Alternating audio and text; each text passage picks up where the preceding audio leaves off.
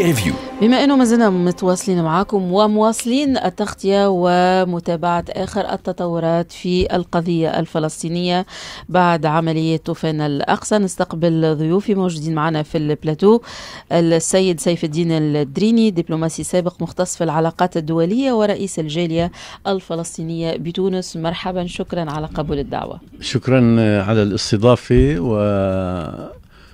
تحية لمستمعيكم جميعا. مرحبا بك. أيضا موجودة معنا في البلاتو الصحفية اللبنانية فادية الحسيني للحديث حول ما يتعلق بالقضية الفلسطينية في علاقة أيضا بالحدود مع لبنان. مرحبا بك، شكرا على الحضور. أهلا وسهلا فيكم. مرحبا بك. مرحبا. إذا ننطلق أستاذ سيف الدين الدريني في متابعتنا لآخر التطورات. الحقيقة قلوبنا معكم وموقفنا الرسمي والشعبي وكل مواقفنا معناتها مساندة للقضية الفلسطينية ولأهلنا في غزة، ولكن في متابعتنا لآخر التطورات لاحظنا أنه الأعداد متاع الضحايا قاعد يكبر برشا، أكثر من 2600 قتيل، أكثر من 9600 جريح. وزارة الصحة الفلسطينية تقول أنه الوضع كارثي. أيضا على مستوى الوقود ممكن فما ما يكفي لمدة 24 ساعة فقط. هذا في آخر التطورات. أيضا بالنسبة للمواقف العربية والأجنبية لاحظنا مساندة من الغرب لإسرائيل الكيان الغاصب المحتل ومقاومة الشعب الفلسطيني وإصراره على البقاء في أرضه. يعني بادئ ذي بدء، يعني أنا طبعا أقدر الوقفة الصلبة التي يقفها الشارع التونسي والشعب التونسي ممثلا بالمستويات الرسمية والشعبية إلى جانب القضية الفلسطينية، وهذا ليس غريب على تونس، فقد كانت دائما تقف وتتبنى هذه القضية في محطات النضال المختلفة التي مرت بها القضية. تحدثت عن موضوع الضحايا. طبعا هذه المرة نحن دائما ندفع ضحايا. لمعلوماتك، في هذه السنة حتى الآن، منذ بداية السنة حتى الآن، فقط في الضفة الغربية ما يزيد عن 180 إلى 200 شهيد، كلهم من الشباب. صحيح. يوميا في قتل. لكن هذا القتل بالكثافة جاء نتيجة حدث هام. هذا الحدث هو أنه لأول مرة في تاريخ النضال الفلسطيني يخرج المقاوم الفلسطيني من تحصيناته وحصونه ويقتحم معسكرات ومستوطنات برا وبحرا وجوا. نعم. هذا أدى إلى وكانت النتيجة يعني هي قليلة هي في التاريخ المعارك التي تعرف نتيجتها منذ بدايتها مهما كانت النتيجة على الميدان. نعم. يعني ما حدث في 7 أكتوبر والصور، اقتحام المعسكرات الصهيونية والمستوطنات من الجيش ومن القادة والأسرى، هذا حسب نتيجة المعركة بغض النظر ما ستكون النتيجة الميدانية. لأنه الحدث الاستراتيجي حدث وقع، وهو أنه هيبة الكيان وكبرياء الكيان وأسطورة الكيان، الجيش الرابع عالميا، نعم، والقبة الحديدية، كل هذا سقط.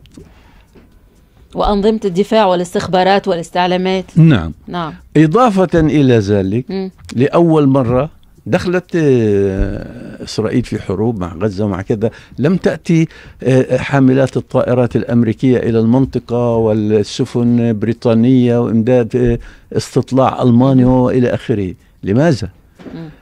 وكأنهم هذا الحدث يعيدنا إلى المربع الأول، بأن المشروع الصهيوني وإسرائيل هي المنظومة الأمنية للغرب. نعم. وبالتالي عندما حدث هذا الزلزال أتت هذه الأساطيل وأتى هذا الدعم الغير مسبوق، دعم عسكري الغير مسبوق. نعم. طبعا أمام هذا الواقع يعني لم يكن أمام إسرائيل أي خيار سوى أنه تحاول أن تعيد ترميم ردعها وهيبتها بتقتيل الأطفال والمدنيين والعزل والعائلات والأحياء السكنية والأبراج السكنية. نعم بالضبط، لأنها لا تملك. ماذا تملك؟ هي لا تريد المواجهة البرية. هي حتى الآن هي تهدد. نعم. وحتى الآن حتى في لبنان يعني هي تعلمت الدرس أنه بعد 2006 بما حدث في لبنان، أنه عندما تكون هناك معارك وجها لوجه لا يوجد جيش لا يقهر أمام التصميم المقاوم، لأنه المقاوم عنده المعنويات عالية ويدافع عن أرضه وعرضه ومقدساته. اليهودي ولنا في ذلك عديد الأمثلة، تونس، الجزائر، بالضبط، ليبيا، بالضبط. ولذلك لا يوجد أمام الإسرائيلي غير خيار القصف عن بعد. وبالتالي هذا الثمن الفادح من المدنيين، باعتبار أنه يعني قطاع غزة يعني ضيق جدا ومليون نسمة مكتظين في 300 حوالي 300 كيلومتر مربع. نعم 2 مليون ونصف. فلذلك يعني هذا ما يعني يبرر حجم الدمار. ومع كل ذلك نحن اليوم في اليوم العاشر وحتى الآن يترددون في اقتحام غزة والمواجهة ويؤجلون لأنه في هناك عدة اعتبارات في احتمال أن تتوسع الساحات. نعود إلى ذلك لاحقا ونتحدث عن التهديد باقتحام بري والحديث أيضا عن هدنة ثم نفي وجود هدنة، فتح معبر رفح، الموقف المصري، الموقف الروسي، الموقف الإيراني وغيره. ولكن زميلتي الصحفية اللبنانية يهمني أيضا الحديث عن حدود لبنان وبعض المناوشات ليست بالعنيفة كثيرا أو ليست بالقوية، ولكنها تحمل رسائل مهمة من حزب الله واتهامات مباشرة لحزب الله واتهامات لإيران بدعم حزب الله من الكيان المحتل وأيضا الغرب الذي يدعمه. لهنا يهمنا باش نعرفوا الوضعية في المنطقة الحدودية مع بين لبنان والأراضي المحتلة. يعني هي الجبهة الشمالية للأرض المحتلة مع جنوب لبنان.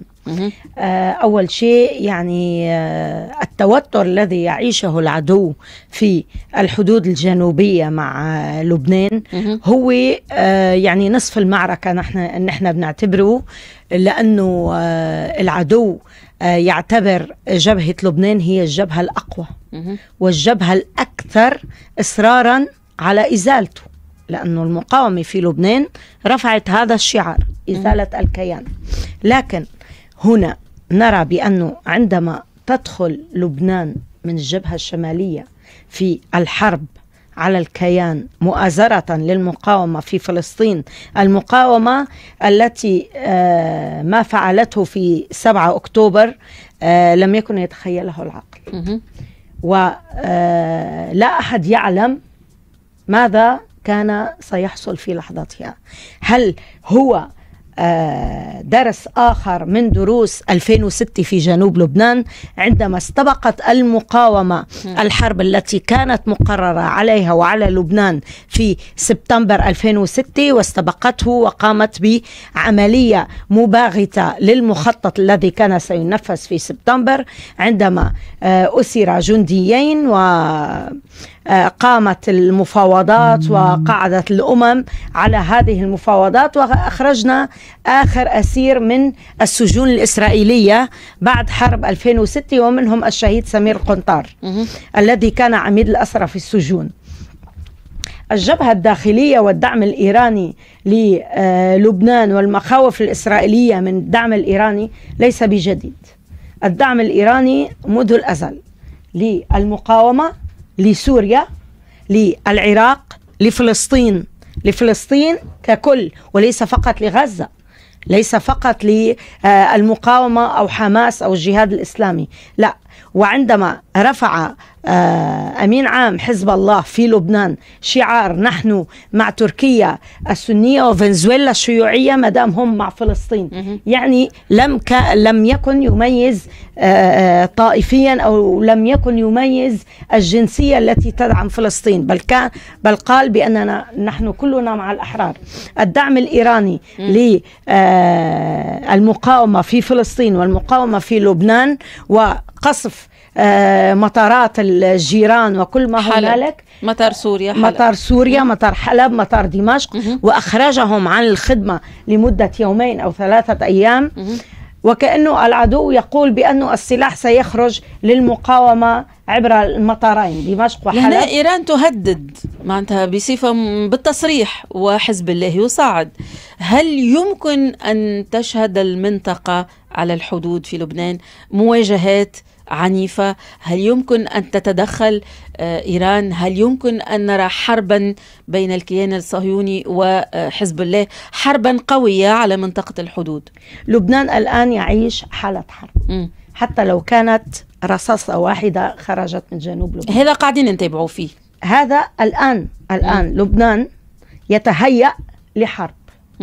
وعندما نرى تصريحات المعارضين لحزب الله مثل وليد جنبلاط ويقول عبر إحدى القنوات اللبنانية إذا دخل حزب الله في الحرب سنكون إلى جانبه، يعني نحن قادمون إلى حرب. لهنا الاتهامات التي وجهت إلى إيران لم يتم إثبات شيء منها، معناتها أنها تدعم حزب الله وأنها تدعم المقاومة في فلسطين. كيف يفهم أن إيران تدعم بالسلاح، بالعتاد، بالإمكانيات المقاومة الفلسطينية وحزب الله؟ لأنه كل من يقرأ ويتابع المشهد يعتبر أن المقاومة الفلسطينية ما فعلته يوم 7 أكتوبر وهو تاريخي ما أنجز لم تكن وحدها. تعتقدين أنها لم تكن وحدها، أنها كانت مدعومة من إيران وحزب الله؟ شوفي، التنسيق المقاوم ومحور المقاومة ككل لا يفعل أحد أي فصيل فعل إلا عندما يكون هناك تنسيق كامل وكلي على كامل المحاور. لا أحد يحرج الآخر، الكل على علم. نعم. وسبق 7 أكتوبر هو فعل فلسطيني مقاوم 100%. واضح. لهنا أستاذ دريني عفوا، يهمني باش نفهم شوية أو نفهم من بعضنا. المقاومة الفلسطينية أنجزت في ذلك اليوم التاريخي 7 أكتوبر ما عجزت المخابرات والموساد والقوة العسكرية إنها تتحصل حتى على معلومات معناتها تسبق العملية. لهنا هل هو عجز وهشاشة أو قوة تنظيم للمقاومة؟ كيفاش نجموا نفهموه أو كيفاش نجموا نقرأه؟ الاثنين يعني طبعا كانت في مفاجأة تكتيكية ومفاجأة استراتيجية. يعني الإبداع الفلسطيني في المقاوم دائما أعلمنا في محطات مختلفة من النضال. تذكرين عندنا مثلا انتفاضة حجارة، بعدين انتفاضة النفق، بعدين وكل محطة من المحطات كان فيها إبداع معين، مرة بالحجر، مرة بالسكين، مرة بالمظاهرات، مرة إلى آخره. هذه المرة الإبداع الاستراتيجي كان إنه الخروج، أنه ليس كما هو تقليدي أن أبقى في مواقعي وأنتظر القصف والرد وإلى آخره، إنما الخروج والهجوم. وطبعا بهالحالة هذه هو في أسباب في الواقع، في أسباب اللي دفعت المقاومة الفلسطيني إلى ذلك. نحن في مرحلة يعني عربيا صعبة جدا، الوضع العربي صعب، لأنه المقاومة القضية الفلسطينية بشكل عام في السنوات الأخيرة تراجعت سلم أهميتها عند النظام العربي والمنظومة العربية إلى حد كبير. صحيح. أكثر من ذلك، يعني لم تتوقف الأمور عند تراجع القضية، أصبح فيه عمل أصبح في عمل وجرأة عند هذا المنظومة العربية في تطبيع وإقامة علاقات. وأكثر من ذلك حتى أن إسرائيل بدأت تسوق نفسها لدول على سبيل المثال المنظومة الخليجية بأنها قادرة أن تحميها أمام التهديد الإيراني، وأنه تعرض خدماتها وإلى آخره، قبابها الحديدية إلى آخره. نعم. هذا كان مأخوذ في الاعتبار في التخطيط الفلسطيني، أنه يعني هناك وضع في تراجع، أيضا في حدث خطير تطبيع، والأخطر منه أنه كان سبق الحدث حديث عن تطبيع، اقتراب التطبيع السعودي الإسرائيلي. وهذا أيضا كمان كان يعني مهم جدا، لأنه أنت لا تتكلمي عن بحرين ولا تتكلمي عن إمارات، أنت تتكلمي عن السعودية المفترض أنه هي يعني حامية الحرمين الشريفين ودولة إسلامية وإلى آخره. فهذا كان سيؤثر بالضرورة على كثير من الأمور سلبا. وقد توقفت المفاوضات، إضافة إلى اعتبارات تكتيكية، عمليات تعمية استراتيجية، استغلال أعياد، استغلال عطل إلى آخره. فكانت المفاجأة الاستراتيجية، ولذلك هي نتيجة تراخي ونتيجة أيضا تخطيط يعني جدا دقيق. هنا يهمني، وانت مع رئيس الجالية الفلسطينية في تونس، أكيد على تواصل بالجالية الفلسطينية في تونس، وعلى تواصل أيضا بفلسطين والفلسطينيين في غزة وفي الضفة الغربية وفي أرض الاحتلال وغيره. يهمنا موقفكم، أو كيف تقبلتم تصريح محمود عباس الذي يقول أن أفعال حماس لا تمثل الشعب الفلسطيني، ويدعو إلى إطلاق سراح الأسرى من الجانبين، مع العلم أنه هذا التصريح لقي موجة من الاحتجاجات لدى الشعب العربي. أنا أريد أن أوضح شيء، أنه كان في اليوم تأكيد أنه ما كانش التصريح بهذا الشكل، أنه التصريح أنه الذي يمثل الشعب الفلسطيني منظمة التحرير الفلسطينية وليس فصيل من الفصائل، المنظمة ككل. هذا عملوا إعادة للتصريح. لكن أنا خليني ألفت نظرك لشيء مهم. في القضية الفلسطينية دائما ما نعيش مثل باقي القضايا العربية، نعيش تناقض بين الشارع وبين المستوى السلطوي. هذا واقعنا في العالم العربي، لدرجة أنه دائما حتى في مراكز البحث والباحثين والكتاب والمفكرين يصفون هذه المنظومة العربية اللي هي كلياتها في الجامعة العربية بالمنظومة الوظيفية، يعني وظيفة في يد من؟ في يد القوى المهيمنة على المنطقة، يعني الغرب. وبالتالي دائما كل السقف لهذه المنظومة واضح جدا، بعيد كل البعد عن تطلعات وتمنيات الشعوب. ولذلك دائما كان في هناك كلام إنشائي، ولم تكن هناك أفعال على الأرض. يعني ووصلنا إلى مرحلة الآن نحن نشتاق فيها إلى بيانات الشجب والاستنكار والتنديد، حتى هذه لم تعد موجودة، برغم يعني أنها جوفاء ولا تسمن ولا تغني من جوع، لكن تشحذ الهمم، تمص العاطفة. لكنها أيضا حتى هذه فقدناها. الآن يتحدثون الآن عن مدنيين وعن عدم التصعيد وإلى آخره. إذن أنا ميزت بين المستوى الشعبي والمستوى الرسمي. ولماذا يكون في تماهي؟ لأنه هذا بدك ثورة في العالم العربي كلياته، هذا بدك ثورة جامحة، وإلا يعني حتى أن تصبح هذه المنظومة مستقلة ذات إرادة مستقلة وتعبر عن تطلعات شعوبها، أنت تقيم يعني أصلا هذا هو النضال في القرنين الأخيرين للشعوب العربية. طيب. أن تخرج من الوضع. لكن أنا يعني لسؤالك عشان لا تتهميني بأني أتهرب من السؤال، فيما يتعلق بالفلسطينيين في الواقع في مستويين عندنا، المستوى النضالي والمستوى السياسي. فيما يتعلق بالمستوى النضالي الميداني هناك لا يوجد فارق بأي شكل من الأشكال بين فصيل وفصيل. يعني في غزة، في الضفة، حتى المجموعات المقاومة المسلحة أصبحت الآن تتكتل بمختلف مشاربها. الوحدة النضالية على الأرض موجودة. المشكلة في الوحدة المستوى السياسي. المستوى السياسي ماذا نسميها إحنا نسميها السلطة الفلسطينية، صحيح؟ نعم. إذن السلطة الفلسطينية هي أيضا جزء من المنظومة العربية، لا تستطيع أن تتجاوز هذا السقف. واضح.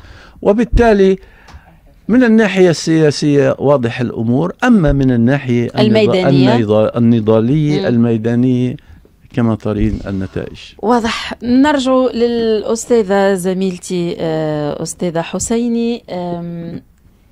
لاحظنا أنه هناك عملية تضليل على مستوى الصحافة العالمية وخاصة الغربية، أيضا على مستوى الاستهداف للصحفيين. وانت صحفية تعرف مليح، استهداف في حدود اللبنانية، استهداف لصحفيين ومصورين أيضا موجودين في الجبهات متاع الحرب.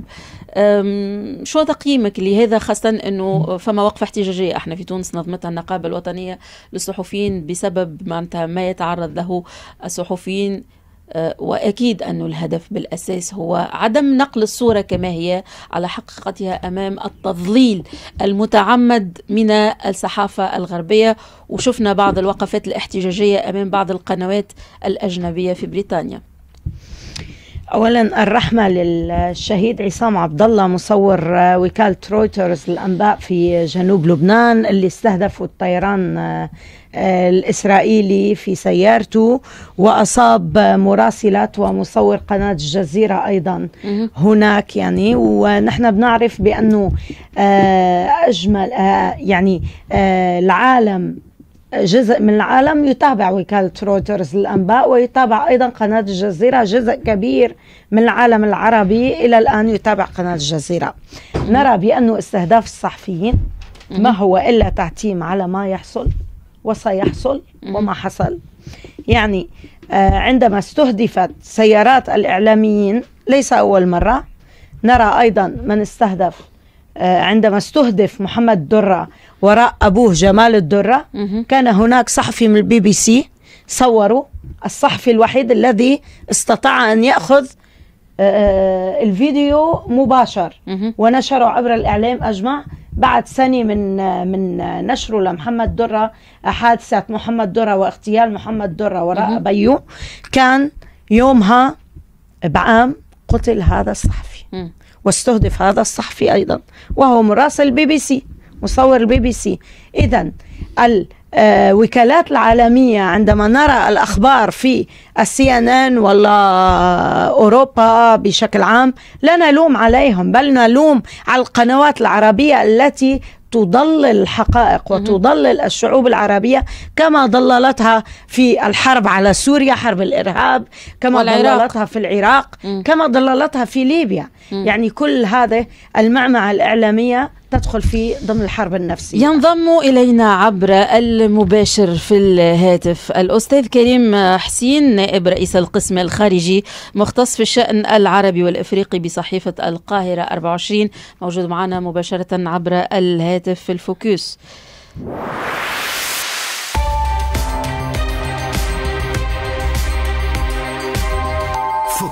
أستاذ كريم صباح النور، شكرا على قبول